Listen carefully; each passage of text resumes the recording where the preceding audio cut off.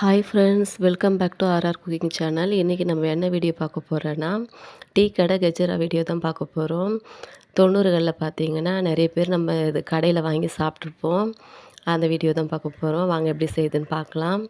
அதுக்கு பார்த்தீங்கன்னா நமக்கு 2 கப் அளவுக்கு மைதா தேவை. இப்போ 2 கப் அளவுக்கு மைதா சேர்த்துக்கலாம். அதுலேயே பார்த்தீங்கன்னா ஒரு 2 டீஸ்பூன் அளவுக்கு அரிசி மாவு சேர்த்துக்கலாம்.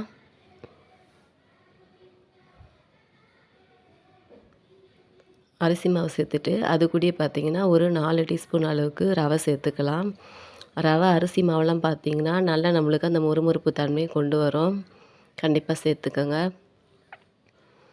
இப்போ இது கூடயே பார்த்தீங்கன்னா ஒரு பிஞ்ச் அளவுக்கு பேக்கிங் சோடா போட்டுக்கலாம். ஆப்ப சோடா போட்டுக்கலாம். போட்டுக்கின்னு அதுலேயே பார்த்தீங்கன்னா ஒரு துளி அளவுக்கு சால்ட்டு சேர்த்துக்கலாம். அப்போ தான் நல்லா ஸ்வீட்டை நல்லா அது எடுத்து கொடுக்கும். சேர்த்துட்டு ஒரு 4 டீஸ்பூன் அளவுக்கு பார்த்தீங்கன்னா நெய் சேர்த்துக்கலாம்.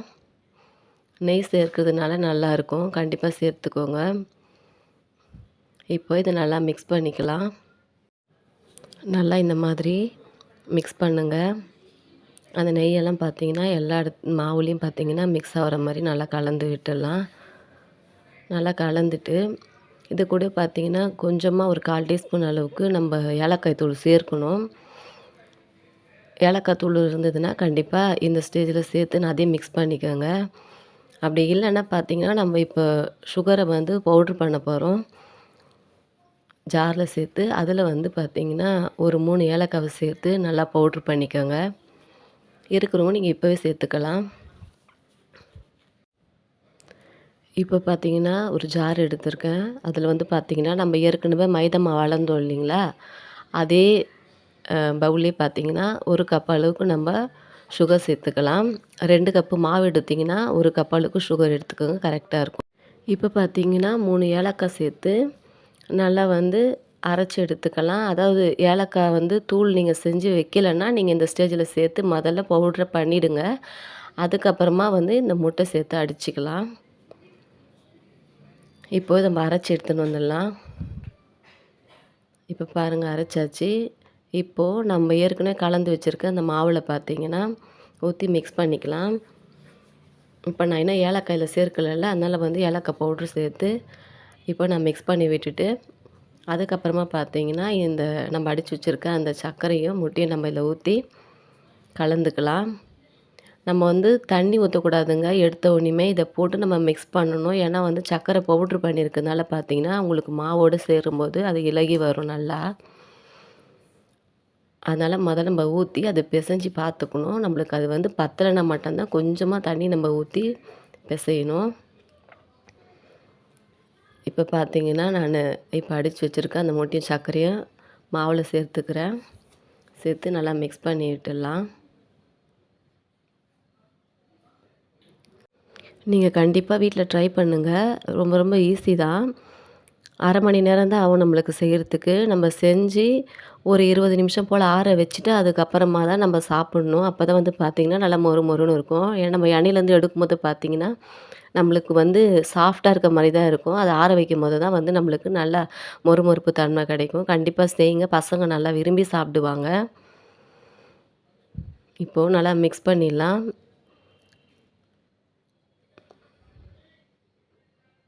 நல்லா மிக்ஸ் பண்ணி விட்டுட்டு இப்போ கொஞ்சம் கொஞ்சமாக பார்த்தீங்கன்னா தண்ணி தெளிச்சிக்கலாம்.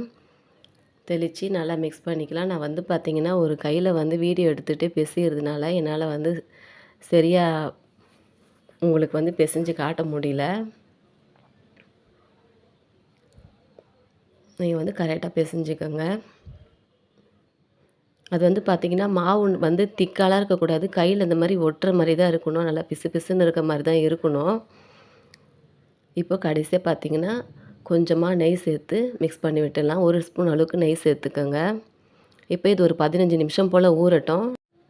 மாவை பார்த்திங்கன்னா நம்ம ஒரு 15 நிமிஷம் ஊற வைக்கிறதுனால நம்ம அதை சேர்த்துருக்கோம் பார்த்திங்களா, ரவெல்லாம் வந்து பார்த்திங்கன்னா நல்லா ஊறி வந்துடும்.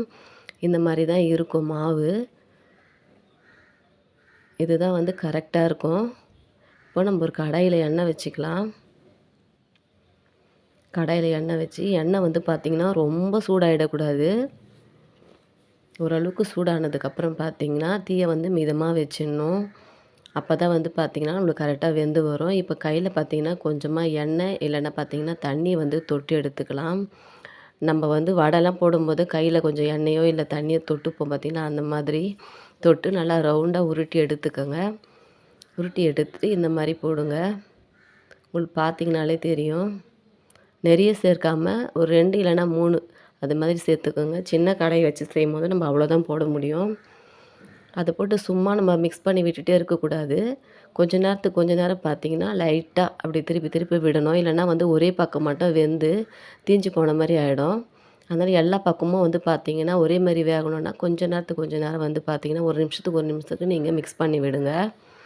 இது முழுசாக வெந்து வரத்துக்கு டைம் பார்த்திங்கன்னா உங்களுக்கு ஒரு 7 நிமிஷத்துலேருந்து பார்த்திங்கன்னா 10 நிமிஷம் போல் ஆகும். இந்த மாதிரி கலர் மாறினதுக்கப்புறம் எடுத்துருங்க. இப்போ ஒரு 20 நிமிஷம் போல் பார்த்திங்கன்னா இது நல்லா ஆற வச்சிடணும். ஆற வச்சுட்டு நீங்கள் சாப்பிட்டிங்கன்னா நம்ம டீ கடையில் வாங்கி சாப்பிடுவோம் பார்த்திங்களா, அதே மாதிரி நல்லா மொறு மொறுன்னு சூப்பராக இருக்கும். கண்டிப்பாக ட்ரை பண்ணுங்கள். இது வந்து பார்த்திங்கன்னா உங்களுக்கு கெட்டெல்லாம் போகாது, நல்லாயிருக்கும். நீங்கள் 4 நாள் கூட வச்சு 4 நாள் 5 நாள் கூட வச்சு சாப்பிட்லாம். அதனால் கண்டிப்பாக ட்ரை பண்ணுங்கள். இப்போ மீதி மாவையும் பார்த்திங்கன்னா அதேமாரி நான் பொரித்து எடுத்துக்கிறேன். ஒருவேளை நீங்கள் வந்து வீடியோ பார்க்குறவங்க யாருன்னா வெஜிடேரியனாக இருந்தீங்கன்னா கண்டிப்பாக ட்ரை பண்ணுங்கள். நம்ம இப்போ சொல்லியிருக்க அதே மெத்தடில் ட்ரை பண்ணுங்கள். முட்டை மட்டும் சேர்க்க வேணாம். அதுவுமே வந்து பார்த்திங்கன்னா நல்லாயிருக்கும். கண்டிப்பாக ட்ரை பண்ணி பார்த்துட்டு எப்படி இருந்ததுன்னு சொல்லுங்கள். இந்த வீடியோ பிடிச்சா லைக் பண்ணி ஷேர் பண்ணி நம்ம சேனலை சப்ஸ்கிரைப் பண்ணிங்க. மறுபடியும் இன்னொரு வீடியோவில் சந்திக்கிறேன்.